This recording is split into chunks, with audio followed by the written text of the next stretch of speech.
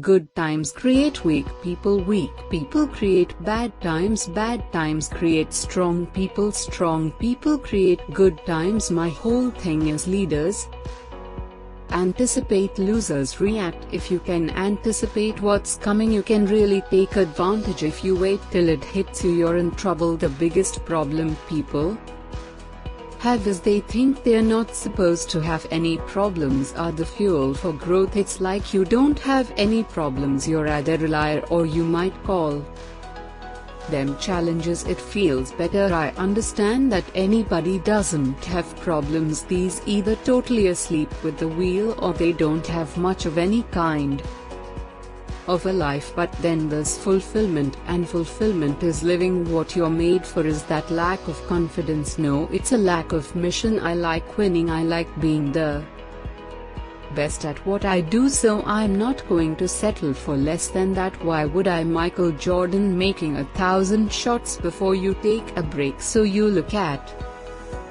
Jordan, or you look at LeBron, or you look at anybody who's the best in the world of what they do, and you go, aren't they lucky? But if you actually study them, you'll see they're doing things, they're practicing in private, things that make them certain in public, and they get rewarded for what they do. When you just know you're gonna mess up, it's not gonna be perfect, you're gonna forget that line that you really wanted to say, but just put all the energy on the audience. Everything starts to change if you stay ready. You don't have to get ready, it's a shift in your identity every single day, 6 days a week. What matters? A few subjects, your body, because your energy matters. That energy is low, everything I just said is worthless to you, because when you're low energy you don't use your full intelligence or ability. You need emotion. If you don't know how to master your emotion, emotions start wars. Emotion creates peace, emotion gets you children. Emotion is what can make that business work or fail, and most people don't know how to direct their own emotions. Let me be conscious about feeding my brain things that are going to give me not only inspiration but insight and skill and tools. 68 of the Fortune 1000 were started in either a recession or a depression. Well, the first skill you got to master to be great is the ability to recognize patterns. When humanity recognized the pattern of the seasons, the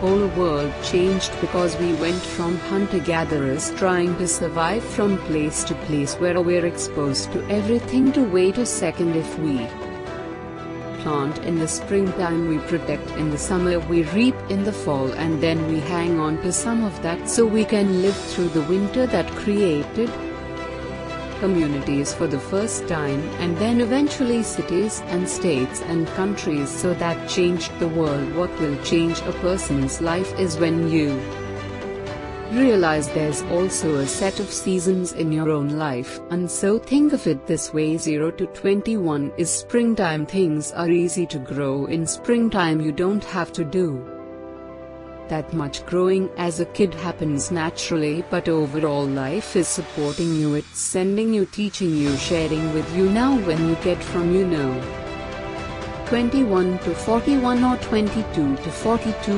whatever range you want to talk about, you now are in the real world, and now you go test what you learned in your springtime. So you start to learn, tests, figure out what's real, and it's an important stage of life. 42, 43 to 62. 63 is the power of your life. If you worked hard in the spring, in the summer, and you put yourself out there and you planted, it's a reaping time. It's a time when you really become a leader. And then if you're lucky, you go from 63 to 83.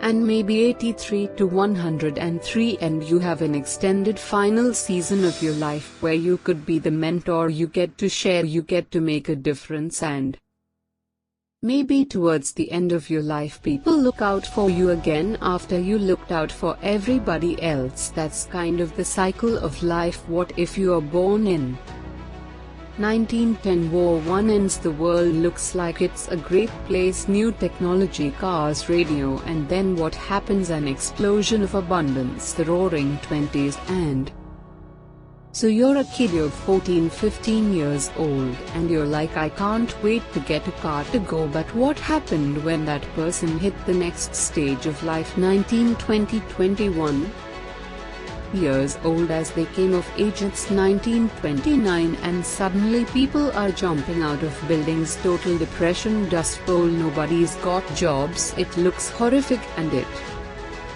was horrific. But then did they get a break? No. When they turned 29, it's 1939.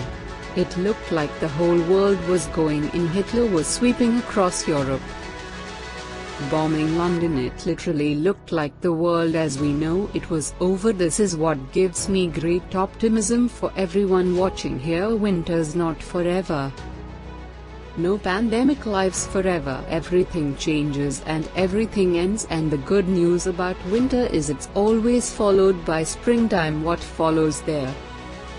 Night. The daytime. What a cooler way to set it up. If you were God or the universe, the first thing I do every single morning is I go in freezing cold water, and when you jump in, it never feels good to go in, but getting out you feel incredible. But I do it for a different reason. I do it to train my brain to say, when I say now, it means now. When I say go, we go. I don't stand there because it's cold and go maybe in a minute when I'm ready, but I always do it because I've trained my brain. This is how we work, and if you train your brain to do that every single day, then it'll do it on the more difficult and important things in life. But the essence of it is I change my body radically, and I do 3 things to make sure that my brain is primed. And what I mean by primed is, most people think their thoughts are their thoughts, Louis and you, and I know better. Most people just don't understand that you are being primed all the time, and unless you prime yourself, you're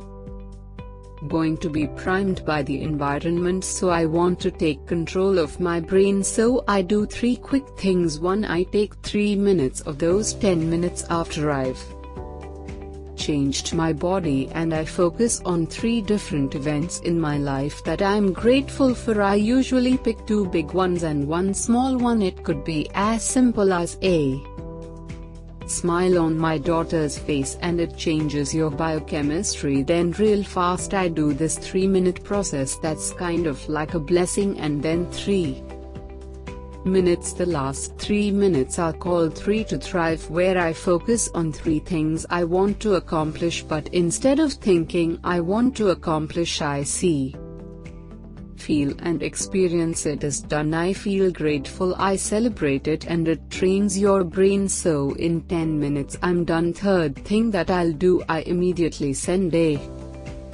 message or a text or an audio message to somebody as a sincere compliment, and I don't go, dude, great job, or wow, you're cool. I say, listen, I saw you on Tuesday with those kids, and I saw you take that extra 20 minutes. No one else did. I just want you know I saw that. I thought that was incredible. So I'm always very specific, so they know it's not just some positive thinking. Call it sincerely doing, and it makes me constantly look for the good in the people I work with.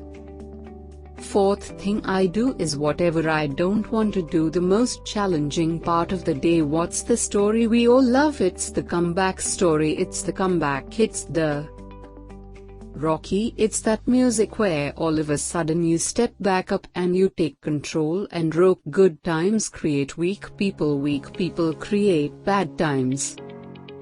Bad times create strong people. Strong people create good times. You